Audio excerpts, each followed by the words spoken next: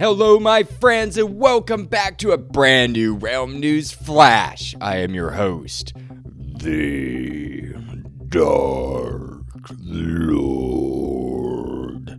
The one who puts the real in Realm and expands your mind one block at a time. I'm here today to present some Minecraft news in the form of a new numbering version system for Java and Bedrock Editions alike, along with Minecraft 1.2, 1.11 Release Candidate 3, and Minecraft 1.2, 1.11 Pre-Release 5 Java Edition. I will then top off the show with this week's glance into the Realm News Thursday episode, where we will complete our two-part series with NeonGaming. And I will apologize right off the bat, this is a very brief episode today, folks. I did not have much time to really go into depth over these news reports like I usually do. So, with that said, I would like to start the show.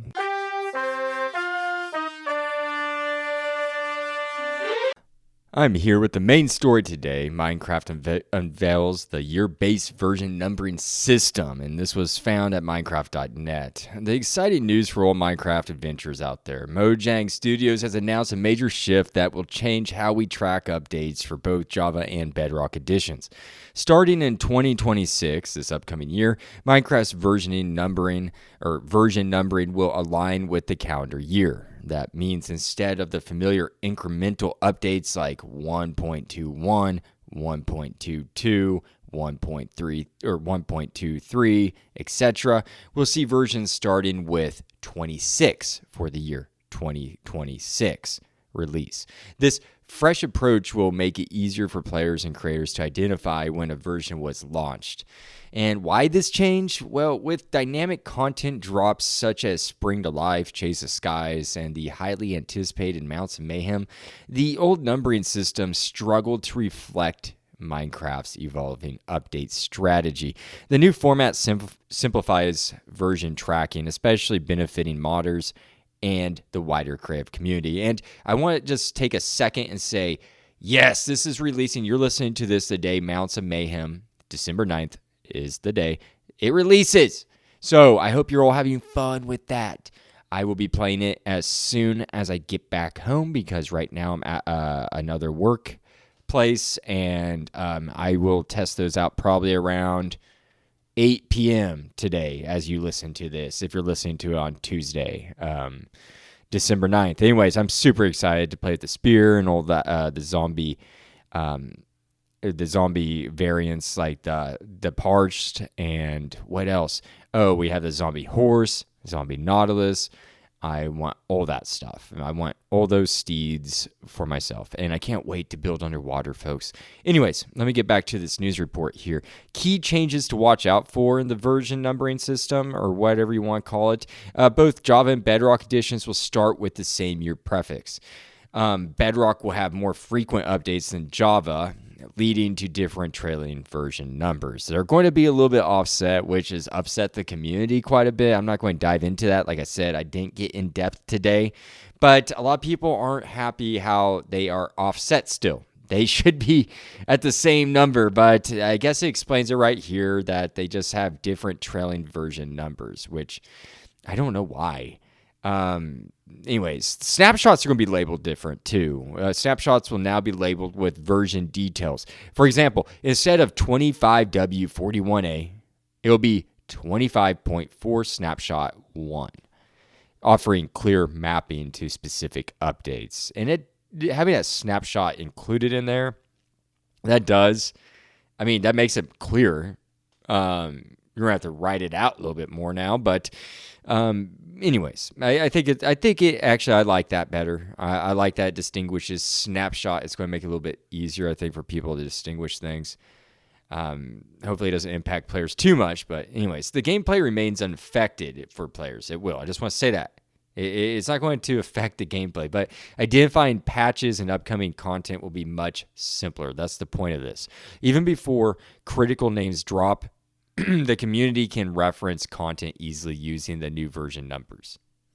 And this is all going, like I said, kickstart in 2026 with previews already rolling out. So, yeah, that's that on the version numbering system changing. Love it, hate it. I am already used to it. I think it's okay. I know a lot of people hate it, but I think you all will get used to it over time. I hope. Anyways, I got another article here found at Minecraft.net, and it's over Minecraft 1.2.1.11 release candidate 3. And I'm trying to, gosh, I thought I had the date here for that written down. Let me see here. The release candidate number 3 came out on actually, as I'm writing this, on December 8th by the Java team, and it's brand new. And today, I'll just go ahead and read it. Today, we are shipping release candidate 3 for 1.21.11, addressing 3 issues discovered after the recent update. The Minecraft 1.21.11 release candidate 3 is now available, featuring key bug fixes for improved gameplay. Notable issues addressed include the incorrect rendering of transparent item models. I'm not going to read the bug numbers, but the persistence of zombie nautiluses generated in ocean ruins is another, and a bug where zombies, skeletons, and zombie horses could catch fire from light sources when exposed to the sky in arid biomes, which is kind of cool. Players can access this release candidate for Minecraft Java Edition by opening the Minecraft launcher, navigating to the Installations tab, and enabling snapshots. Please, though, note that testing versions can potentially corrupt your world. I've said that before on the show. Back up your world, folks. Do that. If you haven't learned from Michael TBH coming on the show last year, after him accidentally losing his world, you don't want to do that. So back up your world before you do any of this. Please, please listen to the Dark Lord on his advice and just do that, please. And please note that, sorry. And please note that a cross-platform server jar is also available for this release. I just want to throw that in there. They have that in the article. Anyways, moving on to the next piece of news and the last piece before we get into the conclusive part of the show, where I give you a sneak peek clip into the upcoming Thursday Realm News episode. Anyways, this next piece of Minecraft news is titled Minecraft 1.21.11 Pre-Release 5 Java Edition, published on December 3rd, 2025, not just 5 days ago, not that long ago, folks. But that's also found at Minecraft.net. All these articles today are found at Minecraft.net, and they will be in the show description, so you can click and peruse them to your own at your own time. But I want to go ahead and read this. It says, "Get ready, Minecraft fans. Mayhem continues with the 5th pre-release of Minecraft 1.21.11, bringing a batch of important bug fixes to enhance your gameplay. No more blinding sparkles from overly bright enchantment glints on items with animated textures. Your eyes can finally relax. Charge attacks with offhand spears will no longer disable shields when you're wielding an axe," which I think the spears should just disable the shield. Do they, though? I have to double check that, but I think they should. I think they should, like, smash a shield. I think that should be a feature of the spear. I'm just throwing that in there. Let me finish this. So they fixed charge attacks with offhand spears will no longer disable shields when you're wielding an axe, making combat smoother and more strategic, which that's good. I think that's good, but I still think it'd be cool if shields got busted, like, from, like, one perfect glance of one perfect landing of the spear or something. Anyways, next, dolphins have decided to be friendly again, happily following players in boats just like old times. So that's good. I didn't know they weren't, honestly, until I read this, which is weird. I guess I see my kingdom's so connected via rail. I don't boat my oceans, the ocean of Ombre Dieu, hardly at all anymore. I'm always above it because my tracks like lay 30 blocks up in the air, 20, 30 blocks. But so I'm always above the water. So I guess I didn't notice that was a thing. Last time I knew, they used to follow you all the time. Anyways, I'm glad they fixed that. That's nice that they're back. And for those daring enough to engage with the zombified piglins, be prepared. They've regained their sprinting stamina after long chases. This pre-release fine-tunes your adventures, making every blocky moment just more exciting and polished, folks. So have fun with that. We got running piglins that will sprint. Now we got dolphins that are going to follow you around and just bring cheer to your world. And I mean, we got a slew of bug fixes here that aren't bad. I mean, glints on enchantments. I don't know. Who doesn't like bright enchantments? Why did they fix that? But anyways, I'm sure it's good. I'm just joking, folks. I'm being a little goofy here. Um, I know a lot of this is a little bit quite dry news, but I'm excited for the new numbering system. I'll just throw that out there. Out of these 3 articles I read, I'm excited for the new numbering system. I think it will make life for all of us quite simpler, and I know reporting on the new drops and snapshots will be much easier for me as a reporter. So that's good for me. Now, I would like to move on to the next portion of the show, folks, and look into this upcoming Thursday's episode of Realm News.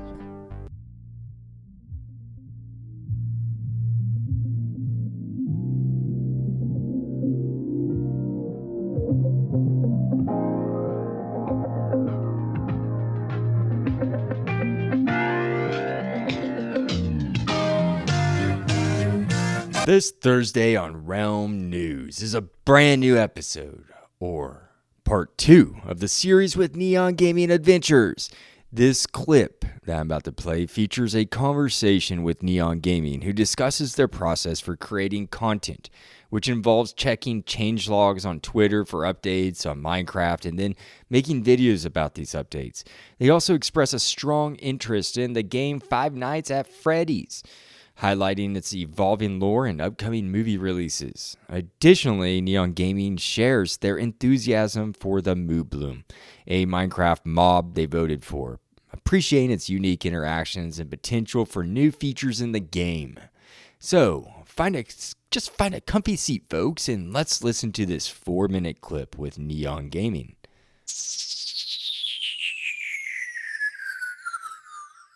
What it makes me decide is what looks the most incredible and what the community would like the most on my channel, what the people would like to see the most, and what looks the most impressive and all of that, and what I think is most impressive too.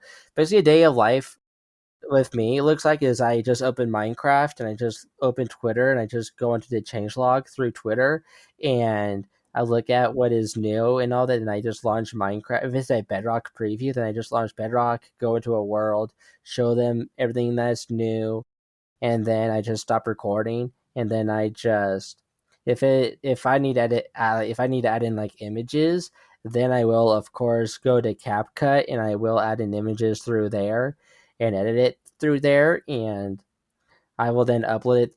Then I'll download it and export it and download it through CapCut, and then I'll upload it through YouTube and just think of a unique think of a unique title and description that are, if necessary. I think they're always necessary because I think hashtags just help the video out in the algorithm, and basically just publish it and just let YouTube do the rest. That's what day of life of me looks like. Is I just come home and I just sit down, look at what the changelog, read it, and see if there's anything interesting. If there is, then make a video. So, and I just open Minecraft and all of that. So yeah. Nice. And where do you find your change logs at? Where do you go for those? I go to those through Twitter or X. I just because Mojang posts them on Twitter or X. Sliceline posts them. The Java Edition ones, he posted them through Twitter or X. And then J Wells Mega Spud, I believe, is the one that posts the Bedrock previews or changelogs. If he doesn't do it for some reason, then it's mostly Echo Soldier is who I mostly look for the changelogs because he's pretty reliable to for posting the change logs on Twitter, and that's where I get the change logs from is from Twitter, from developers or from YouTubers on Twitter. Besides Minecraft, it has to be Five Nights at Freddy's. Like I mentioned in part one, it's Five Nights at Freddy's because they just released this past summer Secret of the Mimic, and that's like the most basically biggest FNAF game right now that has changed the lore dramatically and massively because we thought one person created the robots, whereas that wasn't true. It was the other person that was constructed and all of that, and it was manipulation and all of that.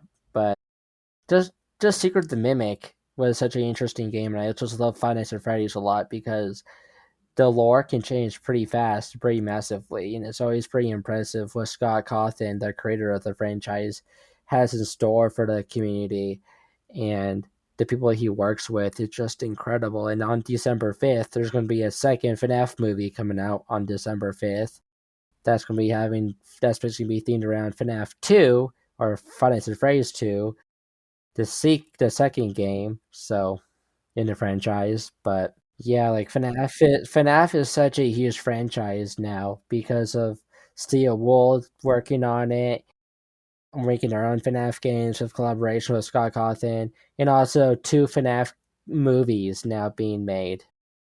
And they're already planning out a third one too. That's really interesting. I'm wondering now. Just shifting gears. Now that we know your favorite games, and you did mention that in part one as well, Five Nights at Freddy's. I was wondering though, back to Minecraft, just what feature, if you could add any, would you add to Minecraft? A feature probably has a feature. I'd have to say one of the mob losers because I voted for the Moo Bloom and I love the Moo Bloom so much, and I love I love how people are adding it in on Java as a mod on how the Moo Bloom has different variations, like how different Minecraft flowers and on top, like there's a cow and just a flower on top. There's like how the community added that in as a mod, and how there's different variations of the Moo Bloom, and I would have to add in the Moo Bloom because I love it so very much. It's such a unique mob, and I love how it was interactive with the bee, and I love how it would add in a brand new flower called the Buttercup, and the possibility of it coming in different flower colors as well. That So would be yeah, really cool. And I agree. yeah. I would love to see the Mood Bloom, honestly. Me too. Me too. I voted for it. I voted for it, I believe. So yeah.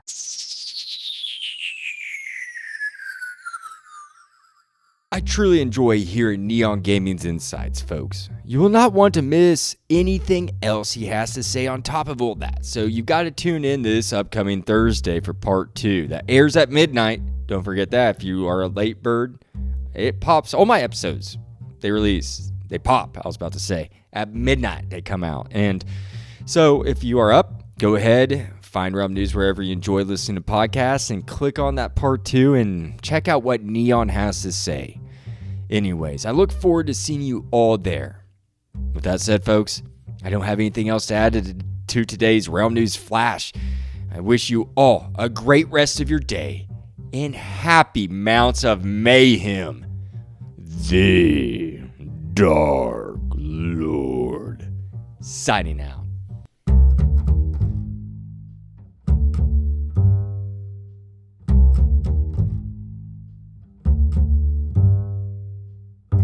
Hey, Realm News fans, it's your host, the Dark Lord, the one who puts the real in Realm and expands your mind one block at a time. I am here to tell you that your support means everything. Spread the word by telling friends, liking, and commenting on Spotify or Good Pods. Find me on X, Blue Sky, Reddit, or via email at bio.link/Realm News.